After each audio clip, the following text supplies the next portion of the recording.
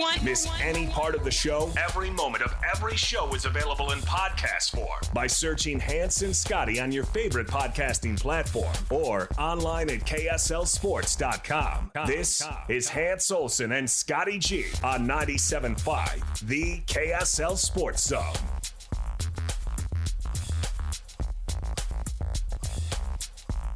Hans and Scotty, 97.5, the KSL Sports Zone. Hey, by the way, coming up a little bit later on the show, I have a little update for you on the athletic director search going on at Utah State. Ooh, that sounds interesting. Yeah, more of a timeline. I don't have names per se, but I have my list of names that I think that they should go after. One in particular. But yeah. A new one or one of the five that you told me? One that is, no, he was part of the group that I talked about before. But yeah, I'm leaning one over others right now. We'll talk about that coming up a little bit later on the program. Joining us now, national columnist for USA Today, Dan Wolken, kind enough to join us. Dan, how you doing? Hi, Dan. Hello, what's going on? Not just another day in paradise, getting ready for the start of the college football season. But here's the thing. There's so much stuff going on in politics these days, and a lot of grandiose things and gestures and things can be made, and you're never really sure if they have teeth to them or not. So I'm curious to know, when you saw the executive order come in from President Trump, is that thing actionable? Is that something that has teeth to it, or is it a lot of political bluster? Yeah, I think mostly it's unenforceable. You know, the part in there about the Federal Trade Commission and the Department of Justice, in theory, could have an effect on some of the antitrust cases, but at the same time, you know, they aren't in charge of what the legal system, the justice system, is going to process. So, you know, look, I don't know if it was particularly helpful. There is a bill going through Congress right now. You know, it's a little bit unclear, but, you know, all of these executive orders, especially when they don't really involve the executive branch, you know, an agency in the executive branch, it can be a little bit tough. You know, so you can say, oh, well, no pay for play. Well, what does that mean? Who enforces it? Like, it was vaguely written. I think it's more of a PR thing than anything, but, you know, everyone is going to sort of line up to embrace it in the college sports world, because they're pretty desperate to get their arms around some of this NIL stuff. So, Dan, I think the order probably hit everybody a little bit differently. I've had two daughters take advantage of college scholarships through volleyball.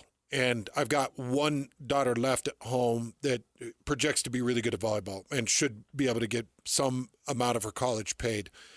And one of the things that stood out to me in this piece was Trump saying a national solution is urgently needed to prevent this situation from deteriorating beyond repair and to protect non-revenue sports, including many women's sports.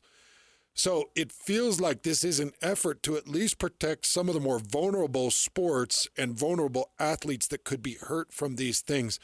Is there any action on that end of things where maybe the government and maybe Donald and this executive order could help protect those? I don't know. I mean, look, it gets into a pretty gray area. Like, do you really want, you know, the government mandating certain things about how schools allocate scholarships? Like, it gets into a very weird area.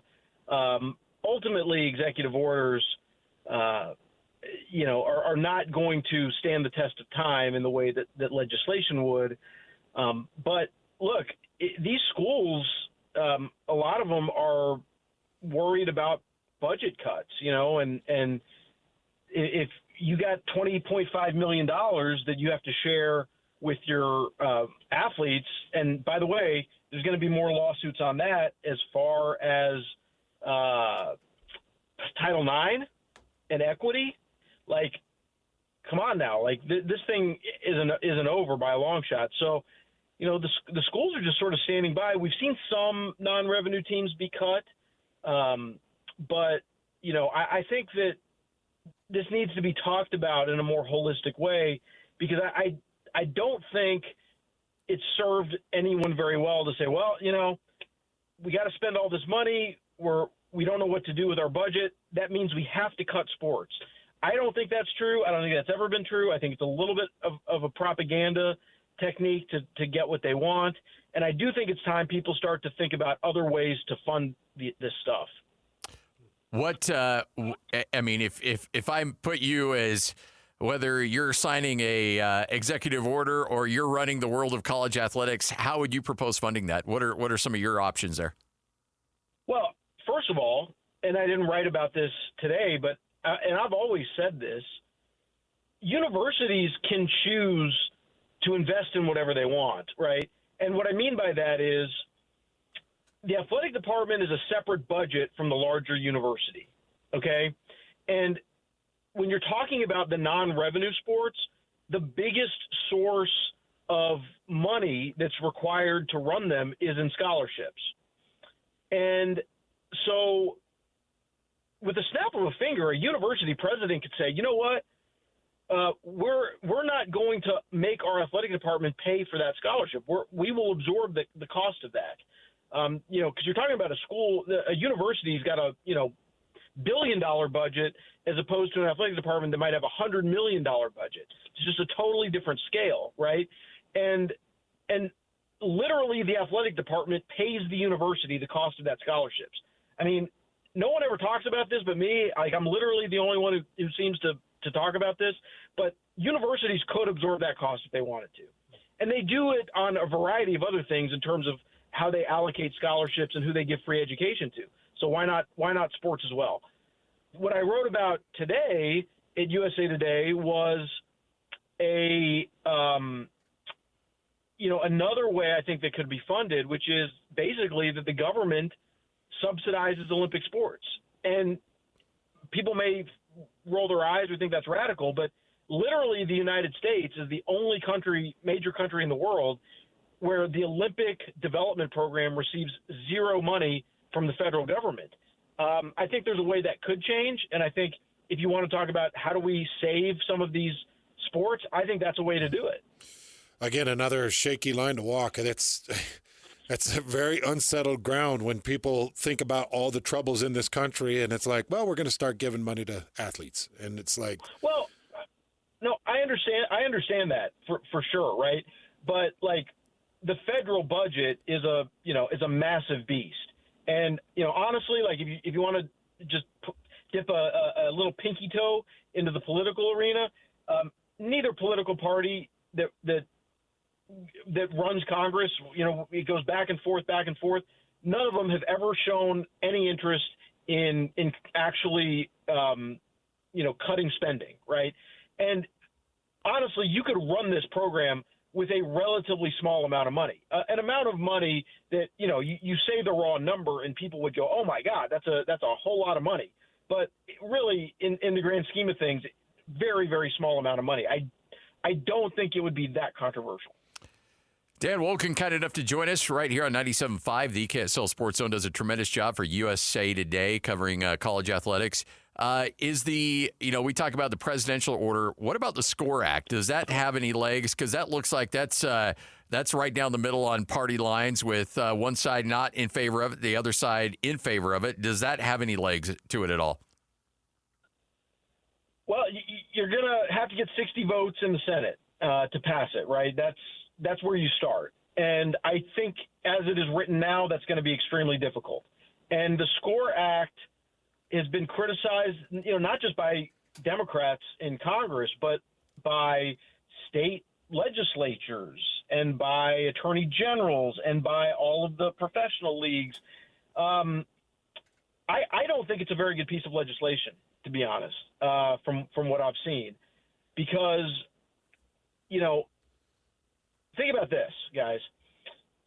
The Big Ten this week has been trumpeting this proposal to add this play-in game, right, before the college football playoff. We've already expanded the college football playoff. They want to go to 16, which means it's going to take 4 playoff games to win a national championship. And the Big Ten wants to add a play-in to the playoff. So that would be 5 games plus the 12. the season, we're basically now playing an NFL season. Imagine if the NFL, we don't have to imagine it because it happened like 5 years ago. NFL owners said, we want to play 17 regular season games. It was a huge fight with the players union, right? Huge. And it barely passed a vote in the players union to approve it in the collective bargaining agreement, by the way.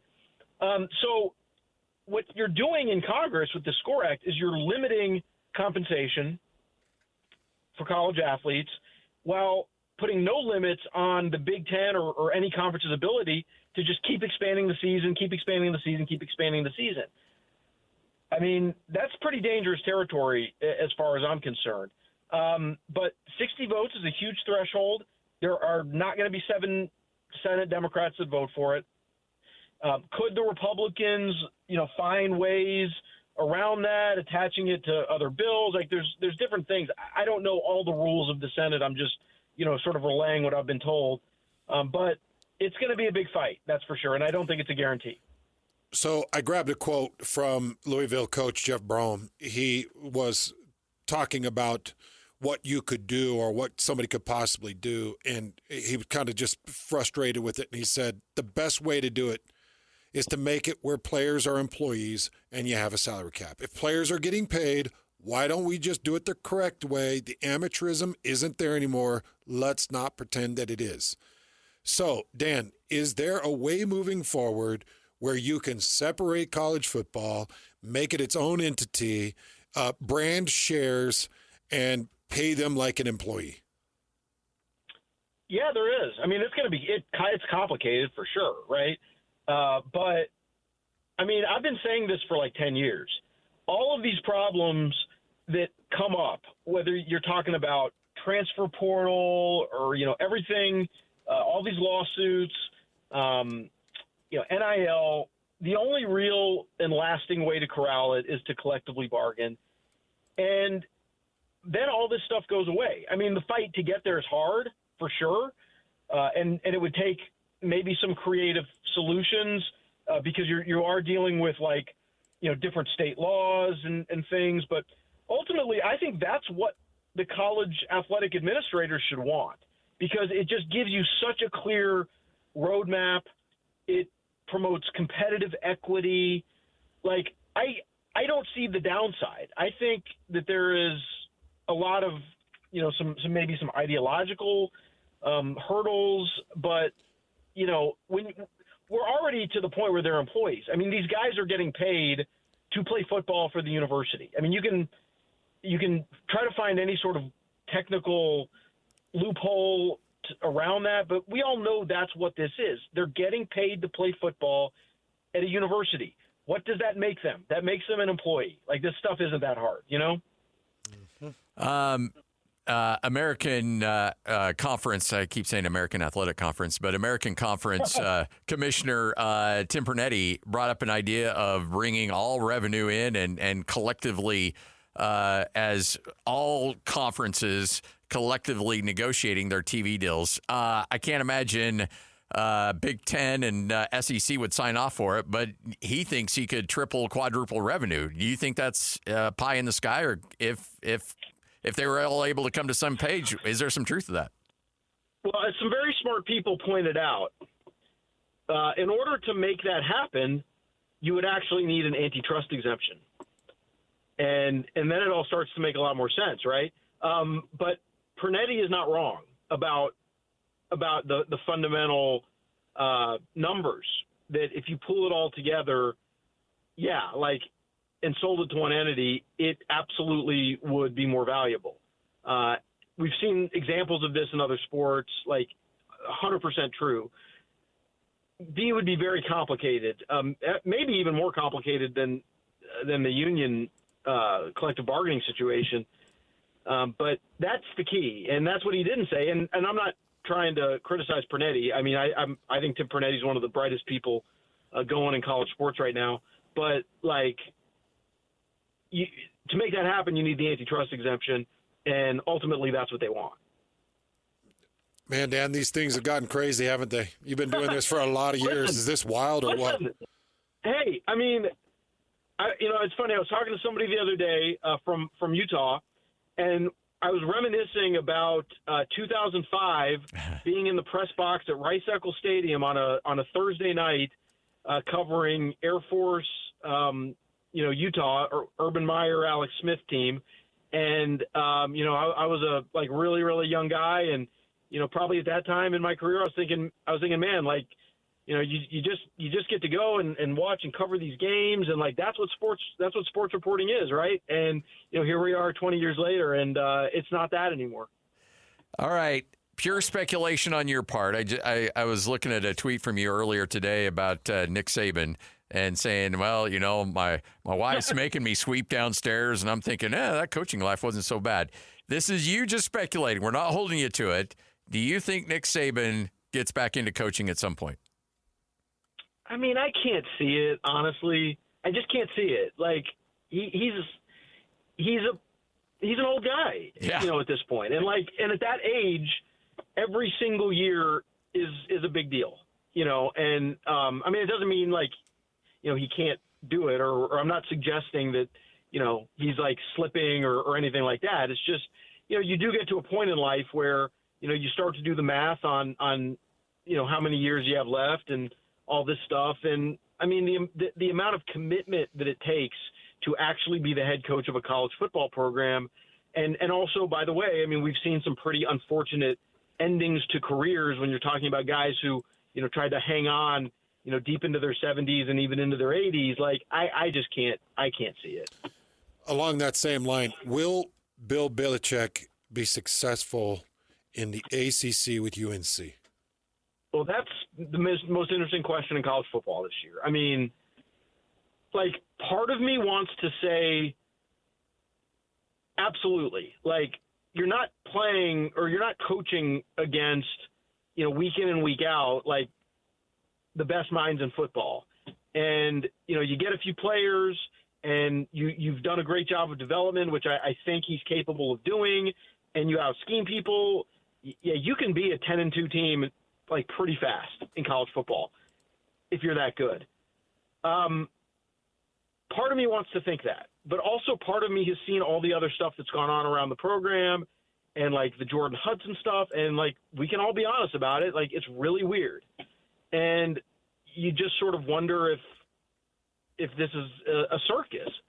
The truth is we're just not going to know until maybe mid-October. So I could argue it either way. It's a jump ball. I'm fascinated by it. Dan, we appreciate it. Thanks for making time for us, and look forward to catching up with you again soon down the line. Thanks, Dan. Appreciate it, guys. Dan Wolken, USA Today sports columnist, and has been doing it for a long time and does a tremendous job.